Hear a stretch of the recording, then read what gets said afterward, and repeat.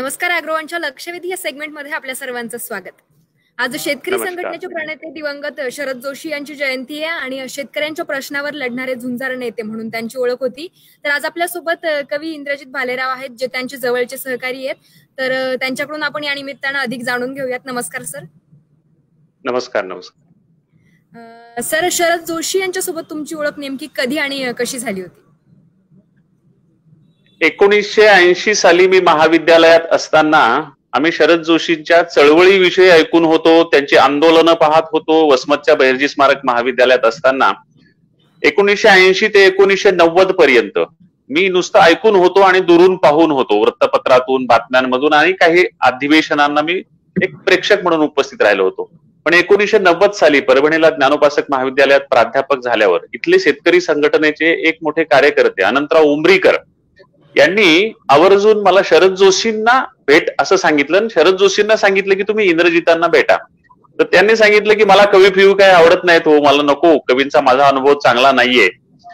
पण मग उमरीकर म्हणाले की या कवीला एकदा भेटून तर पहा तुम्ही. आणि मग अशा परिस्थितीमध्ये उमरीकर बाई पण त्यांना म्हणाले की नाही हो, तो कवी फार चांगला आहे, त्याला तुम्ही भेटलं पाहिजे. आणि मग शरद जोशी असं म्हणाले की नवरा बायको दोघं जण मिळून एका कवीची शिफारस करतायत, म्हणजे मग नक्की भेटलं पाहिजे, मग चांगला असलं पाहिजे कवी. असं म्हणून परभणीच्या कृषी विद्यापीठामध्ये 1990 साली माझी आणि त्यांची पहिली भेट झाली. सर, तुम्ही जे पहिल्यांदा कविता सादर केलीत आणि स्टेजवरती जेव्हा तुम्ही सादर केली, श्रोते जे होते त्यांच्यातील एका प्रकाशकाने ती ऐकली आणि त्यानंतर तुमचा पहिला जो कविताचा संग्रह होता पीक पाणी हा प्रकाशित झाला होता. तर कवितेकडे तुम्ही नेमकं कशा प्रकारे वळालात? मी माझ्या कवितेकडे म्हणताय का? हो. ती फार जुनी गोष्ट आहे, ती त्याच्याही आधीची गोष्ट आहे. आणि 1900 मला वाटतं 89 साली माझा पीक पाणी हा कविता संग्रह आला. आणि त्याच्या आधी पन्हाळ्याला कोल्हापूर जवळ जे शिबिर झालं होतं साहित्य संस्कृती मंडळाचं, त्या शिबिरामध्ये अनिल कुमार मेहता पब्लिशिंग हाऊसचे मालक अनिल कुमार मेहता यांनी माझी कविता पहिल्यांदा ऐकली. आणि ती कविता ऐकून त्यांनी मला पुस्तक मागितलं. म्हणजे तिथं अनेक कवी होते, ते मागं लागले होते माझी पुस्तकं काढा म्हणून. आणि मी काहीच म्हणत नव्हतो तरी त्यांनी मला पुस्तक मागितलं. पण संग्रहा इतक्या कविता माझ्याकडे नसल्यामुळं मी त्यांना सांगितलं की 13च कविता मी लिहिल्या आतापर्यंत. ते म्हणाले जेव्हा केव्हा होतील संग्रह इतक्या कविता तेव्हा त्या मला द्या, मला संग्रह काढायचा. आणि मग अनिल कुमार मेहतांनी तो संग्रह काढला. त्याची आता 5वी आवृत्ती त्यांनी काढली यावर्षी. सर, असं म्हणतात की कवितांकडे वळायला स्वतःच्या व्यथा कवितांमधून मांडत असतो. तर तुम्ही तुमच्या कवितांमधून नेहमी शेतकरी असतील किंवा मग खेड्यापाड्यातील ज्या व्यथा आहेत त्या मांडत असतात, तर हे तुम्ही स्वतः अनुभवलंय का? प्रश्नच नाही. मी शेतकऱ्यांचा मुलगा आहे. शेतकऱ्याच्या कुटुंबात मी सगळं दारिद्र्य लहानपणी पाहिलेलं आहे. शेतकऱ्यांच्या यातना, शेतकऱ्यांचे कष्ट पाहिलेले आहेत. त्याच्यामुळं जेव्हा शरद जोशी आमच्याच वेदना अर्थशास्त्रीय भाषेमध्ये मांडू लागले तर 10 वर्ष आम्ही ते दुरून ऐकलं आणि त्या वेदना आम्ही शेतकऱ्यांच्या कवितेत मांडल्या. नंतर त्या शरद जोशींना आवडल्या आणि मग आम्ही एकमेकांच्या जवळ आलो. सर, शरद जोशींना तुमच्या अनेक कविता आवडायच्या, तर त्यातली एखादी अशी कविता जी त्यांना सर्वात जास्त आवडायची ती तुम्ही सादर करू शकता का? शरद जोशींना माझ्या खूप पुष्कळ कविता आवडायच्या. माझी एक जन्म नावाची कविता होती जी मी माझ्या जन्माची कहाणी सांगितली होती. ती एक त्यांना खूप आवडायची. त्याविषयी त्यांनी एक भाषण पण केलं होतं. एकदा ते आपल्या बहिणीला ती कविता म्हणून दाखवत असताना दवाखान्यात त्यांना हार्ट अटॅक आल्यानंतर अपोलो हॉस्पिटलमध्ये ऍडमिट असताना आपल्या बहिणीला ती कविता म्हणून दाखवत असताना त्यांच्या चेहऱ्यावरचे हावभाव पाहून डॉक्टरनी त्यांना सांगितलं की ही कविता तुम्ही म्हणायची नाही सध्या तरी. ती एक कविता त्यांना आवडायची. बाकी इतरही शेतकऱ्यांच्या विषयीच्या कविता त्यांना आवडायच्या. पण सगळ्यात जास्त म्हणजे शरद जोशींना कविता हा प्रकारच जास्त आवडायचा. त्यांना स्वतः कविता खूप पाठ होत्या. संस्कृत मधल्या खूप कविता त्यांना पाठ होत्या. म्हणजे संस्कृतचे श्लोक त्यांना पाठ होते, कालिदास त्यांना पाठ होतं. आणि मराठी मधल्या अनेक कवी त्यांना आवडायचे. त्याच्यामुळं शेतकरी संघटनेच्या सुरुवातीपासून त्यांनी कवितेचा आधार घेतला आपल्या संघटनेसाठी. अगदी पहिल्यांदा त्यांनी साने गुरुजींची कविता स्वीकारली, आता उठवू सारे रान, आता पेटवू सारे रान. त्यांच्या स्वतःच्या अंगार मळा हे जे त्यांच्या मळ्याचं नाव होतं ते त्यांनी कुसुमाग्रजांच्या गरजा जय जयकार क्रांतीचा गरजा जय जयकार या संग्रहापासून घेतलेलं होतं. आणि केशवसुतांच्या एका कवितेमधून त्यांनी घेतलं होतं एक विधान आणि नारायण सुर्वेंची एक कविता त्यांनी शेतकरी संघटनेचं जेव्हा महिलांचं अधिवेशन झालं तेव्हा त्यांनी ती केली. आणि शेतकरी संघटना जेव्हा रोपवे महोत्सवी अधिवेशन झालं, 25 वर्ष झाली संघटनेला, तेव्हा त्यांनी माझी कविता शेतकरी संघटनेचं स्लोगन म्हणून स्वीकारली होती. शिक बाबा शिक, लढायला शिक, कुणब्याच्या पोरा आता लढायला शिक. ही कविता प्रचंड आवडायची सगळ्यांना. संघटनेच्या सगळ्या कार्यकर्त्यांना ती पाठ असायची. भाऊ खोत असो, राजू शेट्टी असो, रघुनाथ दादा असो, आणखी कुणी सगळे जे संघटनेचे कार्यकर्ते होते, पाशा पटेल आमचे, हे सगळ्यांना ती कविता पाठ असायची. आणि अजूनही शेतकऱ्यांचं प्रश्न आणि शेतकऱ्यांचं दुखणं प्रभावीपणे मांडणारी, शेतकऱ्याला लढायला शिकवणारी. शरद जोशींचं म्हणणं की नुसतं दुःख मांडू नका, शेतकऱ्यांना लढायला शिकवा. तर ती लढायला शिकवणारी कविता, शिक बाबा शिक, लढायला शिक, कुणब्याच्या पोरा आता लढायला शिक. म्हणायची का ती कविता? शिक बाबा शिक, लढायला शिक, कुणब्याच्या पोरा आता लढायला शिक, कुणब्याच्या पोरा आता लढायला शिक. लाजरेपणा बुजरेपणा बाजारात इक, लाजरेपणा बुजरेपणा बाजारात इक, घेऊ नको फाशी बाबा, खाऊ नको इक, आता लढायला शिक. माग माग नको पुढं सरायला शिक, माग माग नको पुढं सरायला शिक. आत्महत्या नको हत्या करायला शिक, बाबा लढायला शिक. शिक बाबा शिक, लढायला शिक, कुणब्याच्या पोरा आता लढायला शिक, कुणब्याच्या पोरा आता लढायला शिक. कोट्यावधी कर्ज घेती दलालांची पोरं, कोट्यावधी कर्ज घेती दलालांची पोरं, बुडविती त्याचा कधी करीती ना घोर, बाबा बुडवायला शिक. शिक बाबा शिक, बुडवायला शिक, कुणब्याच्या पोरा आता बुडवायला शिक, बाबा लढायला शिक. शिक बाबा शिक, लढायला शिक, कुणब्याच्या पोरा आता लढायला शिक, कुणब्याच्या पोरा आता लढायला शिक. उंटाहून शेळ्या हाकी सरकार शहाण, महात्मा फुलेंनी इंग्रज सरकारसाठी वापरलेला हा शब्द नंतरच्या सगळ्याच सरकारांना लागू पडतो. त्याला काय माझा इलाज नव्हता.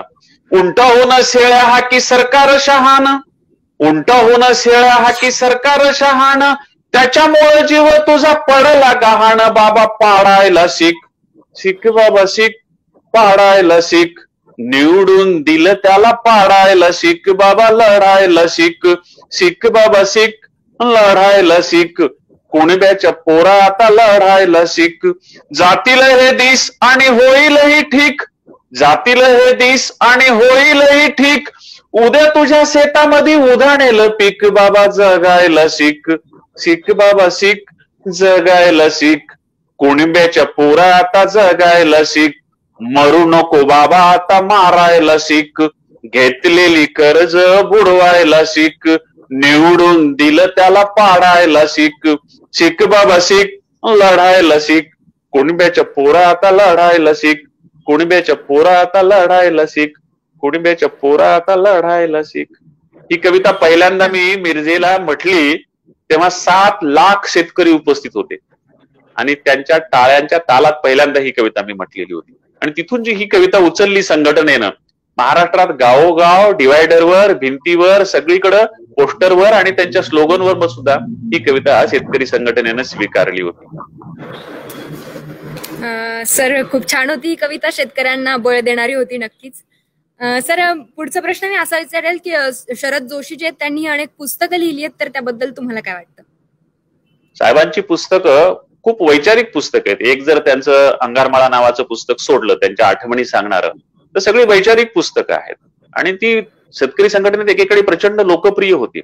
शेतकरी संघटना, विचार आणि कार्यपद्धती हे त्यांचं पहिलं जे पुस्तक आहे, हे पहिलं पुस्तक आमच्या वसमतच्या गंगाप्रसादजी अगरवाल यांनी हिंदीमध्ये अनुवादित केलेलं होतं आणि देशभर ते गेलेलं होतं. वाराणसीच्या सर्व सेवक संघ प्रकाशनानं ते प्रकाशित केलेलं होतं पहिलं पुस्तक. मराठीत त्याच्या लाखो प्रती गेल्या आणि त्याच्यानंतर शरद जोशींनी पुष्कळ पुस्तकं लिहिली त्यांच्या सैद्धांतिक भूमिका मांडणारी.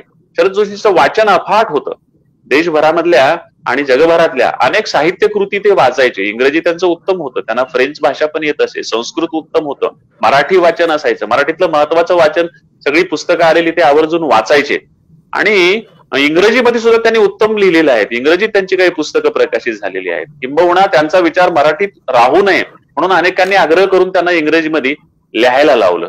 साहेबांनी वेगवेगळ्या प्रकारची पुस्तकं लिहिलेली आहेत. वेळोवेळी जे प्रश्न आले त्या प्रश्नाच्या निमित्तानं पुस्तकं लिहिलेली आहेत. वेळोवेळी आपली भूमिका मांडणारी पुस्तकं लिहिलेली आहेत. जवळजवळ 30 पुस्तकं साहेबांच्या नावावर आहेत. आणि शेतकऱ्यांविषयी सर्वांग परिपूर्ण विचार कसा असतो त्याचे सगळे दृष्टिकोन आणि कोण कसे असतात ते साहेबांनी त्या पुस्तकांच्या मधून सांगितलेलं आहे. सर, आजकाल तरुण मुलं जी आहेत ती शेती आणि गावापासून दुरावत आहेत, तर त्याबद्दल काय सांगाल? तुम्हाला काय वाटतं? सगळ्यांना असं वाटतं की नोकरीचं जगणं हे फार सुखी आहे आणि ते खरं आहे, पण सगळ्यांना नोकऱ्या मिळणं शक्य नाही. त्याच्यामुळे सगळ्यांचा ओढा शिकून नोकऱ्या करण्याकडे, धडपड करण्याकडे, शहराकडे जाण्याकडे ओढा आहे. हा ओढा स्वाभाविक आहे ना, कारण तिथल्या माणसाला जगणं अवघड आहे. ते जर शहरात थोडं तिथल्यापेक्षा सोपं होत असेल तर मग त्याला शहरात यावंच वाटणार. मग नोकरीच्या निमित्तानं असेल, कारखान्यातल्या नोकऱ्या असतील, सरकारी नोकऱ्या असतील, छोटी मोठी कामं असतील, ही माणसं शहरामध्ये येणारच. पण ज्या दिवशी त्यांना आत्मविश्वास येईल की शेतामधूनही मी छानपैकी जगू शकतो आणि त्याच्यासाठी जेव्हा त्याच्या मालाला योग्य भाव मिळेल, शेतकरी श्रीमंत होईल, शेतकरी त्याच्या मजुराला चांगली मजुरी देऊ शकेल आणि एकूणच हे जे सगळं शेतकऱ्याचं अर्थचक्र आहे हे सुधारेल आणि या अर्थचक्रामुळे शेतकरी सुखी होईल आणि शेतकरी सुखी झाला तर शेतकरी कशाला शहरात येईल? शरद जोशींचं तेच म्हणणं होतं की त्याच्या मालाला फक्त भाव द्या, बाकी काय देऊ नका, त्याची गरिबी फिरिबी हटवू नका, त्याच्या उरावर तुम्ही जे बसलेले आहात तुम्ही हटा फक्त बाजूला आणि त्याला त्याचा योग्य भाव द्या त्याच्या मालाला. ते जर भाव मिळाला ना तर शेतकरी शहराकडे येणार नाही. नक्कीच सर. सर, आजची शेतकरी संघटनेची जी परिस्थिती आहे ती पाहिल्यावरती तुम्हाला काय वाटतं? तुमचं काय म्हणणं आहे? काय न सांगण्यासारखं आहे सगळं, पण आपापल्या पद्धतीनं आपापल्या पातळीवर सगळेजण प्रयत्न करतायत. संघटना फुटली, वेगवेगळ्या पक्षामध्ये गेली, त्याच्यावरही मी कविता लिहिल्या, त्या पुढच्या पुस्तकामध्ये येणार आहेत. वेदना आणि दुःख होतच ना. एकसंघ संघटना जेव्हा फाटाफूट होते आणि शेतकऱ्याचं बळ असलेली संघटना जेव्हा फुटते तेव्हा शत्रूला तर आनंदच झाला असणार आणि शत्रूला ज्या गोष्टीचा आनंद होतो तर आमच्यासारख्या समर्थकांना त्याचं दुःख होणारच ना. खूप हळहळ वाटते, खूप दुःख वाटते. आणि कशासाठी फुटली तर केवळ व्यक्तींच्या अहंकारासाठी फुटलेली ही संघटना आहे. काही विचार वेगळे होते, काही कृती वेगळ्या होत्या म्हणून नाही. ज्यासाठी शरद जोशींना दोष देऊन हे लोक बाहेर गेले तीच कामं पुन्हा त्या लोकांनी केली. त्याच्यामुळे ते काही नव्हतं, फक्त वैयक्तिक अहंकार होते आणि वैयक्तिक अहंकारासाठी या शूद्र लोकांनी एवढी मोठी संघटना फोडली. त्याचं फार वाईट वाटतं आम्हाला. सर, शेवटचा प्रश्न विचारतीये तुम्हाला. शरद जोशींबद्दल आवर्जून सांगावी अशी एखादी गोष्ट तुम्हाला काय सांगावं वाटेल?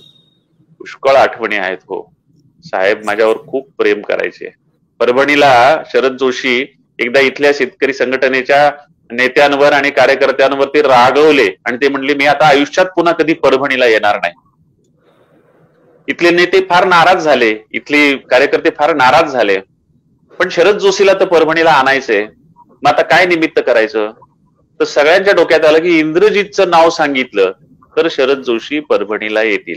त्यावेळेस माझं पेरा नावाचं पुस्तक नुकतंच प्रकाशित झालं होतं. शेतकरी संघटनेचे लोक आले म्हणले तुमच्या पुस्तकाचा प्रकाशन समारंभ करायचा आहे. मी म्हटलं माझ्या पुस्तकाचा आतापर्यंत मी एकदाही प्रकाशन समारंभ केला नाही. ते म्हणले आम्हाला करायचंय, तुमच्या कविता आमच्या संघटनेच्या कविता आहेत, आम्हाला त्याचा कार्यक्रम करायचा आहे आणि आम्हाला शरद जोशींना बोलवायचे. मला तर खूपच आनंद झाला ना. साहेब येत असतील आणि माझ्या पुस्तकाचं प्रकाशन त्यांच्या हस्ते होणार असेल तेही माझ्यासाठी आणखी काय दुसरी आनंदाची गोष्ट असणार आहे. आणि खरंच जेव्हा साहेबांना लोकांनी सांगितलं की इंद्रजित भालेरावांच्या पुस्तकाचं प्रकाशन तुमच्या हस्ते करायचे, तो कार्यक्रम आहे, तेव्हा शरद जोशी लगेच म्हणाले की मी येणार आहे. त्यांचं माझ्यावरच प्रेम व्यक्त करणं, असे कितीतरी किस्से. हा एक नमुना, एक उदाहरण सांगितलं मी तुम्हाला. अक्षरशः माझ्यावर आणि माझ्या कवितेवर त्यांनी मुलासारखं प्रेम केलं. त्याच्यामुळं त्यांच्या कितीतरी आठवणी माझ्याकडे आहेत. मी त्यांच्या अंगारमाळ्यात जायचो आणि अंगारमाळ्यात 5-5, 6-6 दिवस मुक्काम करायचो. खूप मजा यायची आणि सगळं जग सोडून देऊन फक्त साहित्याच्या गप्पा, वर डोंगरावर जाणं, तो भामचंद्राचा जो डोंगर आहे तुकाराम महाराजांचा त्याच्यावर चढणं. त्यांना 3दा अटॅक येऊन गेल्यानंतर डोंगर चढायचे आमच्या बरोबर.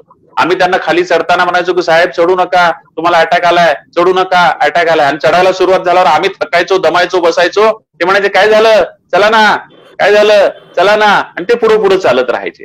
अशा कितीतरी आठवणी त्यांच्या. एक जिद्द होती त्या माणसाच्या मनामध्ये.